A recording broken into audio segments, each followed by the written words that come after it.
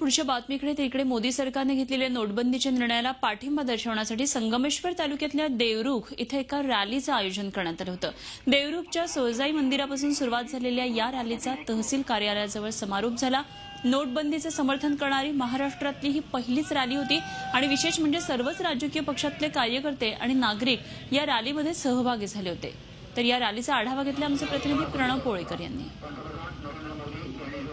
पंतप्रधान नरेंद्र मोदी यांनी 500 आणि 1000च्या नोटा बंदी घातली आणि त्यानंतर अख्ख्या देशभरामध्ये मोदींना सपोर्ट व्हायला लागला। मात्र कालांतराने जसजसे दिवस वाढत गेले तसतसं राजकीय पक्ष या संदर्भात आवाज उठवू लागले आणि हा मोदींचा निर्णय चुकीचा असल्याचं सांगू लागले।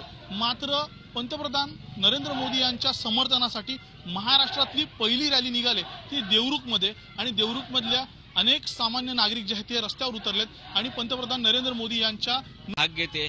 मला असं वाटत नाही की कुणाला यामुळे त्रास होत असेल। सर्वसामान्य जनतेचेच आम्ही देवरुख हे गाव आता प्रतिनिधित्व करते आणि या देवरुख गावाने हा घालून दिलेला धडा अख्ख्या देशभर फोफावत जाईल अशी आम्हाला खात्री वाटते। देवरुखमधले अनेक नागरिक या ठिकाणी सहभागी झाले। आपल्यासोबत असे सामान्य काय नागरिक आहेत? आज ही आम्ही रॅली इथे काढलेली आहे ज्यातून आम्हाला या तथाकथित समाज राजकारणी लोकांना हा संदेश द्यायचा आहे की हे तुम्ही जे म्हणता की मोदीजींच्या निर्णयामुळे सामान्य नागरिकाला त्रास होतोय तर सामान्य नागरिक आम्ही आहोत आणि आम्हाला काही त्रास होत नाहीये। या देशासाठी 1 महिना 50 दिवस काय 100 दिवस आम्ही त्रास सहन करू पण हा मोदीजींचा निर्णय हा देश हिताचाच आहे आणि तो चांगलाच आहे। मोदींचा निर्णय हा देश हिताचा आहे आणि चांगला आहे असं इथले सामान्य नागरिक सांगतात। त्याचबरोबर हा महाराष्ट्रात ही पहिली रॅली आहे की जी मोदींच्या समर्थनासाठी देवरुखमधून निघाले। व्हिडिओ जर्नलिस्ट निलेश कदमसह प्रणव पोळेकर, झी मीडिया, देवरुख, रत्नागिरी।